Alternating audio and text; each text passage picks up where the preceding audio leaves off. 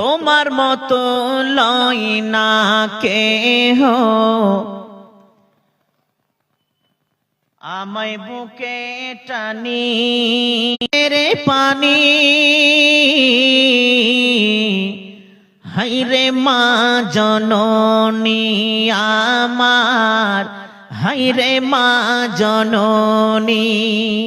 মাগো তোমার মতো লয় না কেহ, আমায় বুকে টানি।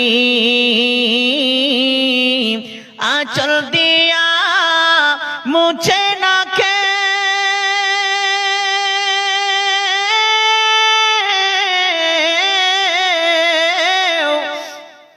আঁচল দিয়া মুছে না কেউ আমার চোখের পানি। হাইরে মা জননী আমার, হাইরে মা জননী, হাইরে মা জননী আমার, হাইরে মা জননী। সেলিম, ঘরে চশমাটা আছে নিয়ে শুধু বাবু, মাথায় লাগছে চশমা না হলে। চইলা গেলা কোন অজানাই, আমায় নিলানা পথে পইরা কান্দি আমি, নই যে ঠিকানা। চইলা গেলা কোন অজানাই, আমায় নিলানা পথে পইরা কান্দি আমি, নই যে ঠিকানা। হাইরে মা জননী আমার, হাইরে মা জননী। মাগো তোমার মতো লয় না কেহ, আমায় বুকে টানি। আঁচল দিয়া মুছে না কে,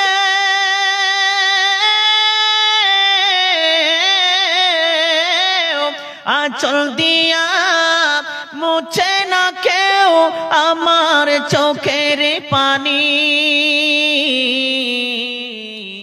হাইরে মা জননী ভাগ্যের দোষ রইল বাবা দূরেতে এখন, অনাদার কাটে মাগো আমারি এই জীবন। ভাগ্যের দোষে রইল বাকি, হাইরে মা জননী আর, হাইরে মা জননী, হাইরে মা জননী আমার, হাইরে মা জননী। মাগো তোমার মতো লয় না কেহ, পানি। হাইরে মা জননী আমার, হাইরে মা জননী। উপস্থিত আজকের এই মঞ্চের যোগ্যতম সভাপতি মহাশয়, অন্যান্য উলামায়ে ইজম, হাজিরিনে মজলিস, সমস্ত কোন কীর্তন সেই মহান আল্লাহ তাবারক আলার জন্যই, যিনি একম, এক নয়, আল্লাহ এক নয়, একম, একম অদ্বিতীয়ম, আল্লাহ একম অদ্বিতীয়ম, সত্যম সুন্দরম বিশ্বজাহানের বাদশাহ, যার হাতে অশক্তি ও বাশক্তি, যার হাতে জীবন ও মরণ, যে আল্লাহ তারপরে পরে ধর্মের গুরু ও কর্মের নেতা, দো জাহানের রহমত, নবী মক্কি, নবী মাদানী, নবী নাসির, নবী বাশির, নবী আহমদ, নবী মুহাম্মদ, নবী মা আমিনার লাল মুরুর দুলাল তাজদার মদিনা আহমদ মুস্তাফা, নবী আখরি লিডার, আখরি চিঠি, আখরি পয়গম্বর, আখরি খত, আখরি। সব বক্তায় আগে কথা বলে। আজকের মাহফিল আলহামদুলিল্লাহ খুব সুন্দর লাগছে। কি জি ভাই, আমাকে শুরু করতে দিবে না নাকি? হ্যাঁ, বাড়ি যাবে সেই 20টা টাকা দিচ্ছ আর টাকা কই? হ্যাঁ, মুখখান দেখি বিয়ে হয়েছে? হয়ে গেছে? চ্যাংড়াজি হাসি ভাই, এত তাড়াতাড়ি বিয়ে করলে হয়?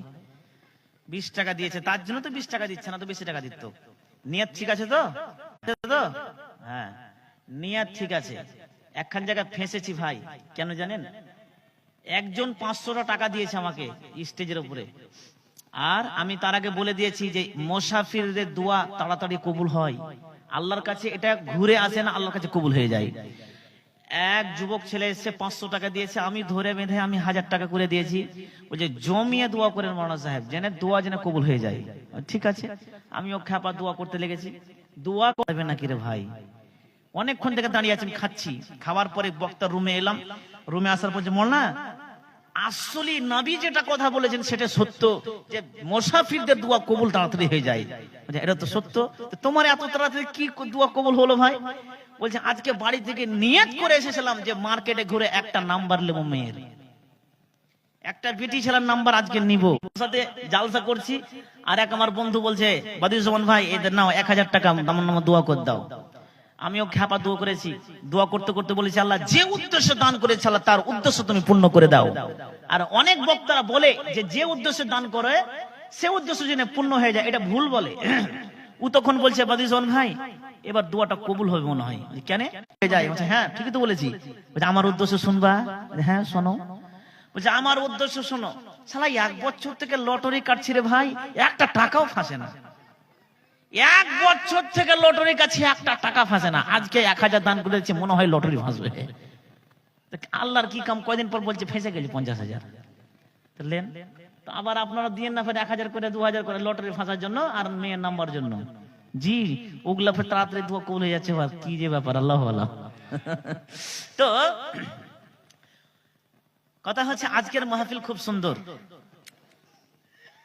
আরে গভীর রাত তো, ঠান্ডার রাত্রি তো, একটু মানুষকে না হাসালে আবার কমিটি দায়িত্ব দিয়েছে, মানুষ যদি উঠে পালিয়ে গেছে তাহলে বক্তা আপনার কিন্তু হবে না।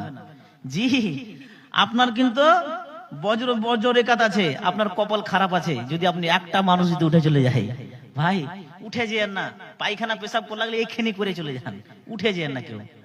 জি যদি কিছু লেগে থাকে এখানে করে সেরে চলে যাবেন, উঠেন না ভাই, ঠান্ডার দিনে চুপচাপ বসে থাকেন।